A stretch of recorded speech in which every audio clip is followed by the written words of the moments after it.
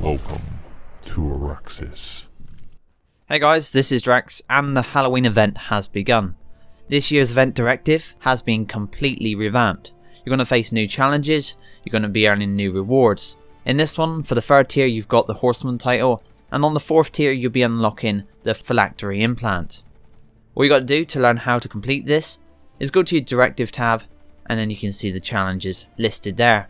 Part of this will be going around finding space pumpkins and yielding pumpkin seeds, and then I think you can make pumpkin grenades and completing part of the directive that way. In a depot you're going to find a whole host of seasonal items, new and old, and this includes masks and helmets, vehicle horns, the slasher, the old candy cannon, pumpkin grenades, and a new profile banner. This event will run from October the 19th through to November the 10th. Included in the latest update was also some changes to other parts of the game. And first up here we're going to take a look at the metagame. They've included a fix that should stop players from receiving rewards when they zone into a different continent to participate in an alert. They've reduced the thresholds required to activate faction balance queues on a continent. The Meltdown skybox lifetime has been increased, and the continent locks now have a chance to yield a reward of 100 certs. For infantry adjustments, the ESF synergy has been renamed to aircraft synergy. When an engineer is in a vehicle, it will gain a heal over time equivalent to rank 1 Nanite auto repair, since this effect does not stack with other engineers sitting in the vehicle, and it does not stack with the Nanite auto repair certification line, so best here to run the composite armour. They've now added 2 additional ranks to the aircraft synergy for 250 and 500 certs. Rank 2 affects Liberators and rank 3 affects Galaxies. DevNote reads, the intention behind this change is to help reduce the impact of chip damage from ground vehicles at long range. The Valkyrie doesn't receive the benefit, as while crewed, it can repair itself more quickly than other vehicles and do so while airborne. For nano-wave armour and kinetic armour, this is on the infantry and the max suit, rank 4 and 5 now also reduces damage by resist type 22, this being the Walker anti-aircraft machine guns by 20%. The ordnance armour for the max now has the correct descriptions. For the Valley Sovereignty's Spiker sidearm, the alternate fire now deals light damage to heavily armoured targets and has been granted an additional charge level. At top charge level, it will consume 4 ammo, 400 damage at all ranges, and 150 blast damage. So each charge level has a difference in damage depending on how much you want to do. For the NS-45 pilot, the cone of fire bloom has been buffed all round, and the vertical recoil has also received a slight buff. On the NSX Yumi, this has also received a buff to its tolerance and its vertical recoil. Now for vehicle adjustments, and the Sunderer's health has gone from 4000 to 5000 to help it survive a bit longer. The side armour on the MBT and Lightning has gone from 0 to -15. The DevNote reads, this change generally results in 1 shot less to kill from MBT cannons and hard hitting secondaries like the Halberd. On the air-to-ground warhead resistance type, this might be confusing to some of you, but simply put, on a Galaxy, Liberator and Valkyrie, they will all have increased durability against the air-to-ground warhead type weapons. So I think this is the Hornet, the Zephyr and the Doton. The Archer anti-material rifle looks to have received some adjustments to lighten the impact against certain targets, this being on the main battle tanks, Lightnings and Sunderers.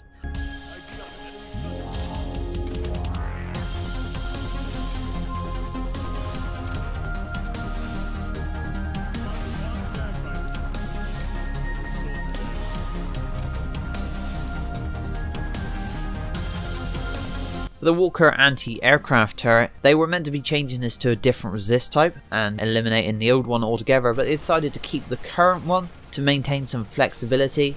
I think they're going to change it again in the future. But for the main battle tank, Harasser and Ant versions, the weapons have had their fall off damage reduced, while the Liberator Galaxy and Sunderer versions will remain the same. They've then made some adjustments to flak. Overall, flak actually will get stronger after this update. For example, the blast damage on the Skyguard going from 25 to 35, Cone of Fire being 1.25 to 1.5, and recoil down overall. So It says on the dev note, the Skyguard will become the most consistent anti-air platform, while receiving a range reduction in the form of cone of fire adjustment to help mitigate chip damage at long range. Overall, there's similar changes to the Harasser and the Sunderer on the Rangers, and there's some similar changes to the Bursters for the Max, making them more usable and consistent.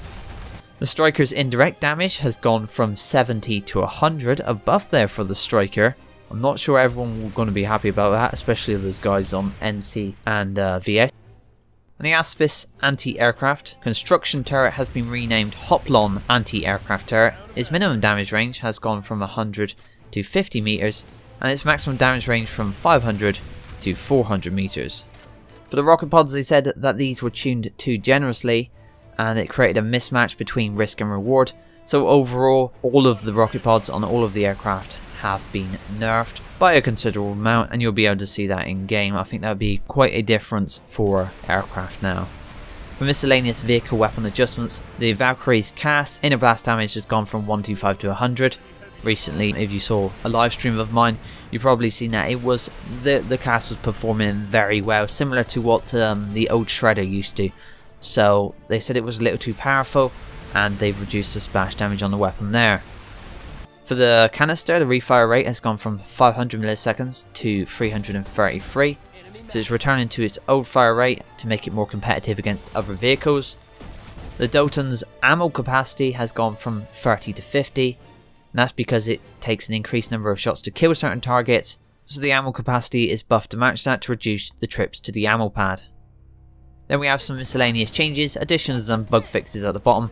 I'll just read through these quickly. There's been a speculative fix for the infinite lock-on tone bug. The NC Vanguard Halberd crosshair reticle now uses the correct colour. Hands no longer come off the grip when falling with the Hunter QCX. They've aligned the NSX-45 pilot's iron sights. Finally, that's a good change there. They've increased the vehicle projectile render distances. The Heatwave Decimator ammo capacity has gone from 4 to 9, that's in line with the new combined arms. The Heatwave Decimator ammo refill delay from 5 seconds to 2.5. Carapace will no longer flash your shield bar on a death. There's a speculative fix for Carapace not working with the regeneration implant when it doesn't actually heal you at full speed, so hopefully it does now. The MKVP suppress kills now count towards directives that require kills with an SMG. The L100 Hesh projectile gravity has gone from 4 to 5 and now matches Heat's gravity. And many holiday event horns and long play cosmetic horn cooldowns have been set to either 5 or 8 seconds. Alerts that award the Sunderer spare tire cosmetic should now function properly. I'll probably be updating you during the week with some new information on the Halloween event and that implant right there, so hopefully I can get it pretty quickly and bring you some information on it, maybe some gameplay showing how the self-revived can be used. But anyway guys, that's it for this one. Hopefully you've enjoyed the video, and I'll see you next time.